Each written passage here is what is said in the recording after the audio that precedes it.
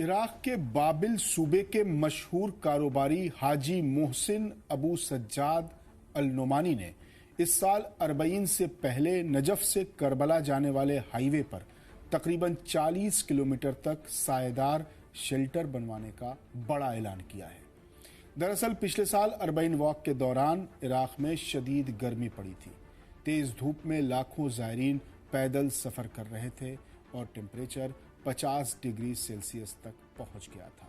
इस साल भी अरबईन अगस्त के पहले हफ्ते में पड़ने का इम्कान है, जबकि इराक में अगस्त के महीने में भी बेहद गर्म मौसम और कड़ी धूप रहती है।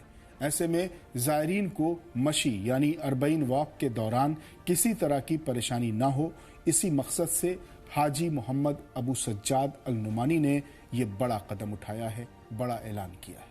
आपको बता दें कि अरबईन यानी इमाम हुसैन अलैहिस्सलाम के चहलुम के मौके पर इराक में करोड़ों की तादाद में ज़ायरीन जमा होते हैं। दुनिया के अलग अलग मुल्कों से आए लोग नजफ से करबला तक तकरीबन 86 किलोमीटर का पैदल सफ़र करते हैं। ये सफ़र नजफ शहर से करबला जाने वाली मशहूर शाहराह ऐन अल नजफ पर होता है।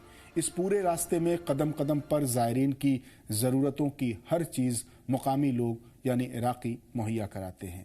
दुनिया के अलग अलग मुल्कों की खाने पीने की चीज़ों से लेकर बच्चों के पैम्पर और टिशू तक बिना किसी कीमत के बांटे जाते हैं। इसके लिए जगह जगह मौक़िब यानी खिदमती कैंप लगाए जाते हैं, जहां रहने और खाने का बेहतरीन इंतज़ाम होता है। इन मौक़िब में मोबाइल चार्जिंग, वाईफाई, गर्मा गर्म खाने, आराम की जगह, थके हुए ज़ायरीन के लिए पैर दबाने की सहूलत, यहाँ तक कि कपड़े धुलवाने और आयरन कराने तक का इंतज़ाम किया जाता है। अरबईन की ये खिदमत और मेहमान नवाजी पूरी दुनिया में अपनी मिसाल आप है।